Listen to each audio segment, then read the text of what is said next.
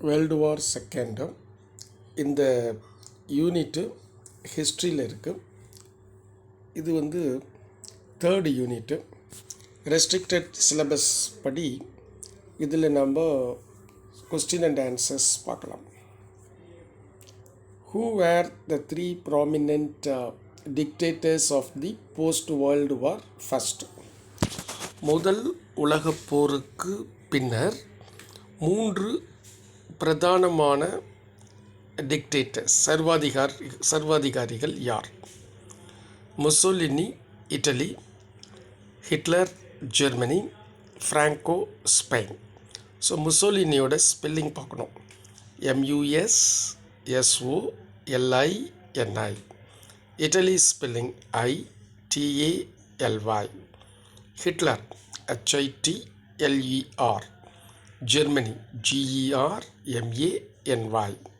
Franco FRANCO Franco. Spain SPAIN Spain. So இப்படி படிச்சுக்கோங்க. Dictators அப்படின்னு சொல்லி ஒரு சப்ஹெட்டிங் போட்டுக்கோங்க. நிச்சயமாக இந்த கொஸ்டின் நீங்கள் ஸ்பெல்லிங் படிக்கும்போது உங்களுக்கு ஈஸியாக வரும். ப்ரெசன்டேஷன் நல்லா இருக்கணும்.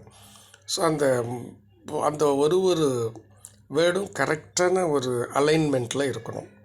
ஸோ கண்ணாப்பின்னு எழுதக்கூடாது. சரியா? அடுத்து கொஸ்டின் நம்பர் 2 பார்க்கலாம். How did Hitler get the support from the people of Germany? So Hitler வந்து எப்படி ஜெர்மன் நாட்டு மக்களுடைய ஆதரவினை பெற்றார்? Support from people heading. அடுத்தது, Hitler was gifted with great oratorical skill. So ஹிட்லருக்கு வந்து ஒரு கிஃப்ட். ஸோ அது அவருக்கு வந்து ஒரு இயற்கையாக கிடைச்ச ஒரு பரிசு. என்னன்னு கேட்டிங்கன்னா ஆரட்டாரிக்கல் ஸ்கில். ஆரட்டாரிக்கல் ஸ்கில் அப்படின்னா பேச்சு திறமை அவருக்கு இயல்பாக இருந்தது. ஆரட்டாரிக்கல் ஸ்கில்லுக்கு நீங்கள் ஆரட்டாரிக்கல் ஸ்பெல்லிங் பார்த்துக்கோங்க. ORATORICAL அப்படி படிச்சுக்கோ. And he was able to sway the people. அப்படின்னு சொன்னால் மக்களை அவர் கூறுவதற்கு ஆட வைத்தார். ஸோ மக்களை ஆட்டி வைக்கக்கூடிய அளவுக்கு அவருக்கு திறமை வந்தது. அவர் எது சொன்னாலும் சரி என்று தலையாட்டும் அளவிற்கு அவர் திறமை வாய்ந்தவராக இருந்தார். ஸ்வேனா ஆட்டிக்கொள்ளுதல். தலையை ஆட்டிக்கிறாங்க, இப்படியும் அப்படியும் ஆடுறது. சரியா? தலையை அப்படியும் ஆட்டிக்கிட்டாங்க, ஓகே அப்படின்னு சொல்கிறது. ஹி வாஸ் ஏபிள்னா முடியும். He was able to sway the people. மக்களை அவர் கூற்றுக்கு தலையாட்ட வைக்க அவரால் முடிந்தது. எப்படி? By his impassioned speeches. So attractive speeches. அவருடைய கவர்ச்சிகரமான பேச்சுக்கள் மூலமாக மக்களை தலையாட்ட வைக்க முடிந்தது. Promising a return to the glorious military past of Germany. So அவருடைய கருத்து என்னன்னு பார்த்தீங்கன்னா, உறுதியளிக்கிறாருங்கிறதுக்காக ப்ராமிசிங் அப்படிங்கிற word. A return to the glorious military past of Germany. Before the first world war Germany பல துறைகளில் மிகவும் முன்னேறிய நாடாக இருந்தது. ஸோ அந்த இராணுவத்துறையில் மிகப்பெரிய முன்னேற்றம் கொண்ட நாடு முதல் உலகப் போருக்கு முன்பு. ஸோ அதுதான் க்ளோரியஸ் அப்படின்னா புகழ்வாய்ந்த கடந்த கால இராணுவத்தினை, ஜெர்மனியினுடைய இராணுவத்தினை மீண்டும் கொண்டு வருவேன் என்று உறுதியளித்தார். Promising a return to the glorious military past of Germany. சரியா? அதுதான் ஃபஸ்ட்டு அவருடைய பாயிண்ட். இந்த பாயிண்ட் நமக்கு கொடுத்துருக்காங்க. இப்போ அந்த சென்டென்சஸ் எல்லாம் சேர்த்து பாருங்கள். முதல்ல நல்ல வார்த்தைகளை படித்து அதை கொஞ்சம் கான்சன்ட்ரேட் பண்ணுங்கள். அப்புறம் அந்த வேர்ட்ஸ் எல்லாம் சென்டென்ஸாக எப்படி செட் பண்ணியிருக்கிறாங்கன்னு பாருங்கள். அப்படியே உள்வாங்கிக்கிட்டு திரும்பி சொன்னீங்கன்னா நிச்சயமாக உங்களுக்கு மனசுக்குள்ளே வரும். Hitler was gifted with oratorical skill. Spelling படிச்சுக்கோங்க. And he was able to sway the people by his impassioned speech and promising a return to the glorious military past of Germany. அப்படி படிச்சுக்கோ. அடுத்தது பாருங்கள், த ஃபண்டமெண்டல் பிளாட்ஃபார்ம். ஸோ அடிப்படை தளம். அவருடைய சப்போர்ட்டுக்கான அடிப்படை தளம், மக்களுடைய சப்போர்ட்டை பெறுவதற்கு அடிப்படை தளம், இதுதான் முக்கியமானது. On which Hitler built his support, தன்னுடைய மக்கள் ஆதரவுக்காக அவர் கட்டமைத்த அந்த அடிப்படை தளம். The fundamental platform on which Hitler built his support was, verb was, அடுத்த பின்பக்கம் பாருங்க. The notion of the racial superiority of Germany as pure Aryan race. So notionனா கருத்து, was the notion. என்ன கருத்து? Racial superiority of Germany as a pure Aryan race.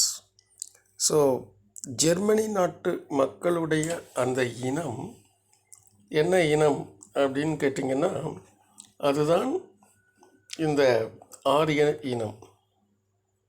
சரியா? அந்த ஆரிய இனம் வந்து பியூர் ஆரிய இனம் ஜெர்மனியுடைய இனமாகும்.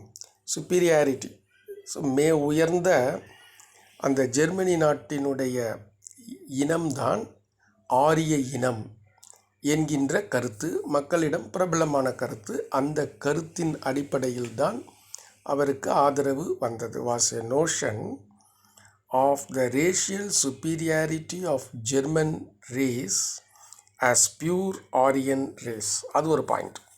And deep seated hatred of Jews, the Jews அப்படின்னா யூத இனம், யூத இனம் மீது கடும் வெறுப்பு. ஹேட்ரட் அப்படின்னு சொன்னால் வெறுப்பு. டீப் சீட்டட்னா கடுமையான ஆழ்ந்த ஒரு வெறுப்பினை யூதர்கள் மீது. ஸோ இந்த ரெண்டு பாயிண்டில் தான் he built the support. That is the fundamental platform. So இப்போ சென்டென்ஸ் பாருங்கள். The fundamental platform on which Hitler built the support was the notion of the racial superiority of German as pure Aryan race and a deep-seated hatred of Jews. இப்போ படிச்சிங்கன்னா உங்களுக்கு அது புரியும். அடுத்தது மூணாவது question, describe the Pearl Harbor incident. So முத்து துறைமுகத்தின் நிகழ்வு, அதை விவரிக்க வேண்டும். Pearl Harbor. So Pearl Harbor இன்சிடெண்ட்னு ஒரு ஹெட்டிங் கொடுத்துருங்க. இன் டிசம்பர் 1941, ஹிஸ்ட்ரியில் முக்கியமாக இயர் மென்ஷன் பண்ணணும், மந்த் மென்ஷன் பண்ணணும். இன் டிசம்பர் 1941 என்ன நிகழ்ந்தது? Japan attacked American naval installations. So naval இன்ஸ்டலேஷன்ஸ்னால் கடற்படை தளங்கள், அது அமெரிக்காவோடது. அதன் மீது தாக்குதல் நடத்தியது ஜப்பான். ஜப்பான் அட்டாக்டு, இதெல்லாம் உங்களுக்கு ஈஸியாக வந்துடும். அமெரிக்கன் நேவல் இன்ஸ்டலேஷன் கொஞ்சம் கவனம் செலுத்துங்க. அது பியர்ல் ஹார்பரில் இருந்தது. ஹவாய் அப்படிங்கிறது ஐலாண்டோட நேமு. வித்தவுட் வார்னிங், எதிர்ப்பு இன்றி, அவ்வளோதான். திரும்பி படித்து பாருங்கள். In December 1941 Japan attacked American naval installations in Pearl Harbor, Hawaii without warning. The idea was to cripple America's Pacific Fleet. So ஏன் வந்து அட்டாக் பண்ணாங்க, என்ன காரணம்? அவங்களுக்கு ஒரு ஐடியா இருக்குது. என்ன ஐடியானா, to cripple America's Pacific Fleet.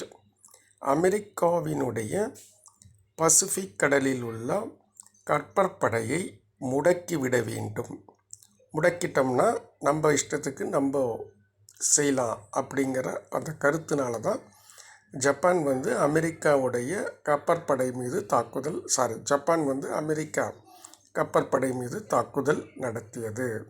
The idea was to cripple America's Pacific Fleet so that in a way Japan would not face any opposition.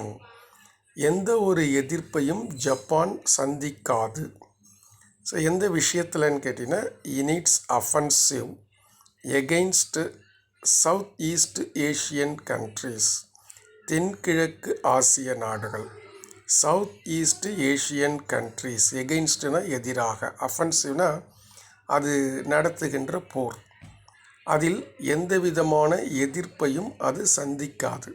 அதற்காக அந்த அமெரிக்காவினுடைய பசிபிக் கடற்படையை முடக்குவதற்காக இந்த தாக்குதல் நடத்தியது. The idea was to cripple America's Pacific fleet so that Japan would not face any opposition in its offensive against Southeast Asian countries. மூணாவது point, இதில் என்ன நஷ்டம் ஏற்பட்டது? Many battleships and numerous fighter planes were destroyed. So நிறைய போர்க்கப்பல்கள், நிறைய போர் விமானங்கள் அழிக்கப்பட்டன. Many battleships and numerous fighter planes were destroyed. The United States declared war on Japan.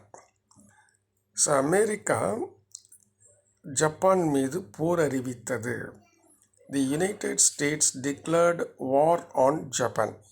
So அதில் யார் யாரெல்லாம் இருந்தாங்கன்னா வித் பிரிட்டன் ஏற்கனவே இருக்கு. And China also joining in, சைனாவும் அதில் சேர்ந்துக்கிச்சு. ஸோ யுனைடெட் ஸ்டேட்ஸ், இது சாதாரணமான சென்டென்ஸ் தான். United States declared war on Japan with Britain and China also joining in. So இதனால் it brought the United States with its numerous resources into the war as a part of the Allies. Allies அப்படிங்கிற அந்த டீமில் இதுவும் ஒரு பகுதியாக இருந்தது. இது ஒரு மெம்பர் ஆயிடுச்சு as a part of the Allies. So it brought the United States. இட்டுங்கிறது அந்த அட்டாக், ஜப்பானுடைய அந்த அட்டாக்கு brought the United ஸ்டேட்ஸை கொண்டு வந்தது. எப்படி? with its enormous resources. So மிக அதிகமான வளங்களுடன், போருக்கு தேவையான அனைத்து வளங்களோடு into the war, போருக்குள் கொண்டு வந்தது இந்த attack. It brought United States into the war. அதுக்கு முன்னாடி என்ன எழுதணும்? with enormous resources as a part of the Allies. அவ்வளோதான். The United States declared war on Japan.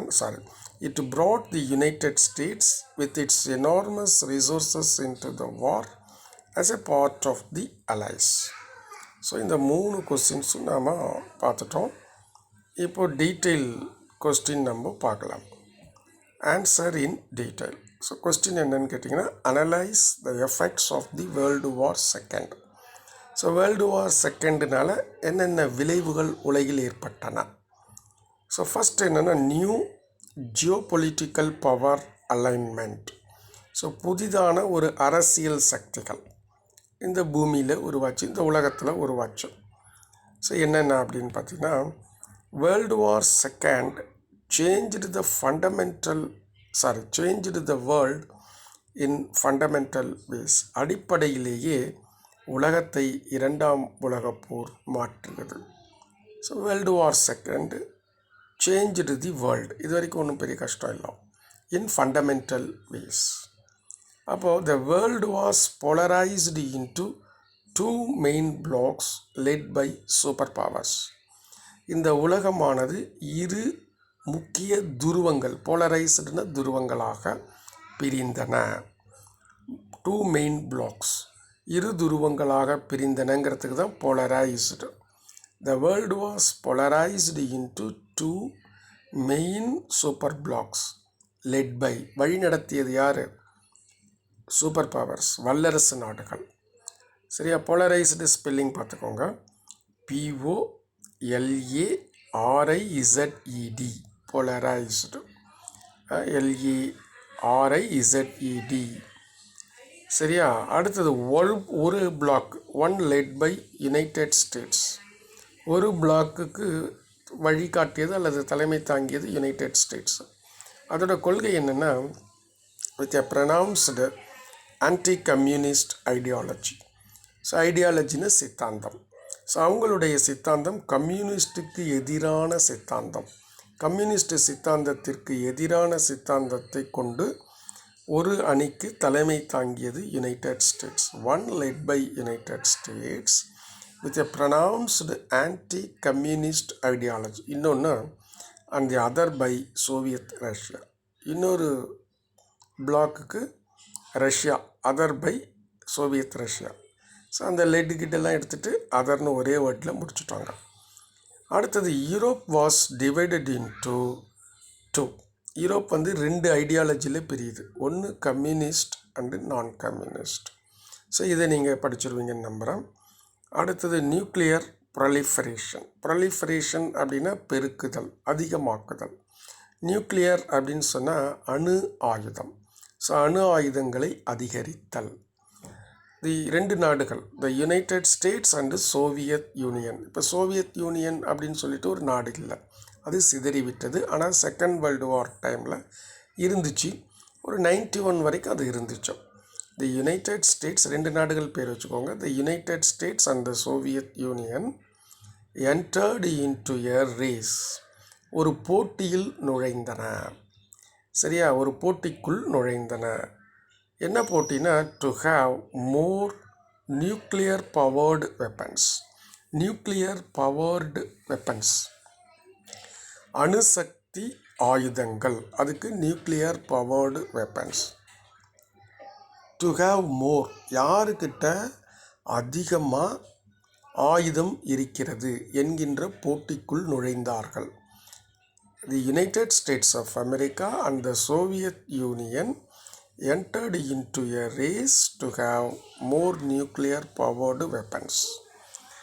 சரியா, அடுத்தது இதில் என்ன முக்கியமானதுன்னா, யுனைடெட் ஸ்டேட்ஸுக்கு யூ கேப்ஸு, ஸ்டேட்ஸுக்கு எஸ் கேப்ஸு, அதுமாரி தி போடணும். சோவியத்துக்கு எஸ் கேப்ஸு, யூனியனுக்கு யூ கேப்ஸு. சில ஸ்டூடெண்ட்ஸுக்கு யுனைடெட் ஸ்டேட்ஸ், நான் அந்த பேப்பர் கரெக்ஷன் பண்ணுற அந்த பேசிஸில் சொல்கிறேன்.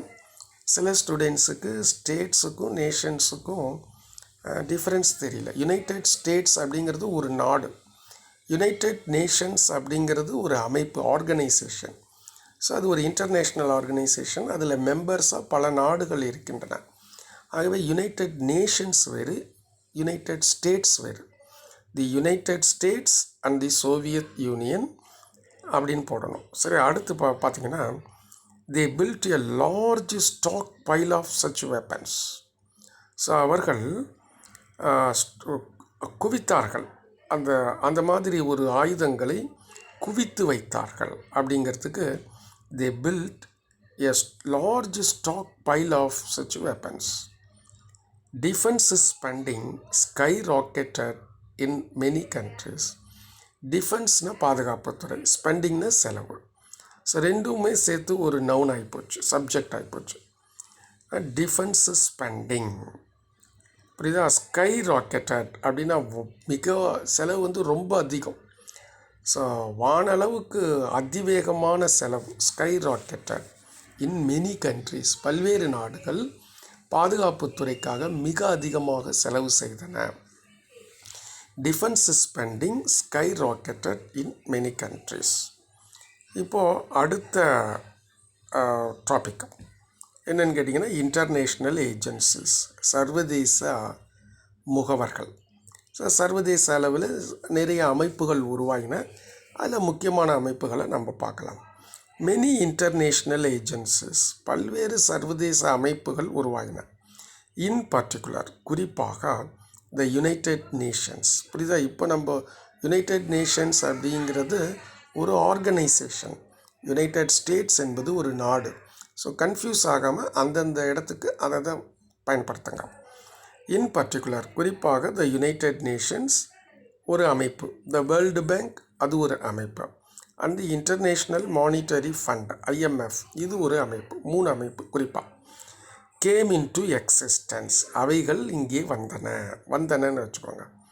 ஸோ அதெல்லாம் எதை அளிக்கிறதுனா, providing a forum for countries large and small. So இந்த நாடுகளுக்கெல்லாம் ஒரு தளத்தினை அளித்தன. அது பெரிய நாடுகளாக இருந்தாலும் சரி, சிறிய நாடுகளாக இருந்தாலும் சரி. So many international agencies, in particular the United Nations, the world bank and the international monetary fund came into existence, providing a forum for countries large and small.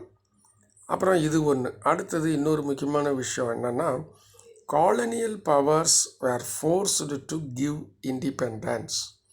Colonial powers அப்படின்னு சொன்னால் எதேச்சதிகார நாடுகள், அதிகாரத்தை கையில் வைத்திருந்த நாடுகள், மற்ற நாடுகளின் மீது அதிகாரம் செலுத்திய நாடுகள். உதாரணம் இது பிரிட்டன், அப்புறம் இந்த ரஷ்யா, ஃப்ரான்ஸு, இந்த மாதிரி நாடுகள். ரஷ்யா சொல்லக்கூடாது, ரஷ்யாவில் ரஷ்யா ஃப்ரீடம்த்துக்காக உதவி பண்ண நாடு, அதை தவறுதலாக சொல்லிட்டேன், சாரி. ரஷ்யாவை எடுத்துருங்கோ. ஃப்ரான்ஸு, அப்புறம் பிரிட்டன், யூஎஸ்ஏ கூட சேர்த்துக்கலாம். Colonial powers were forced to give independence to former colonies.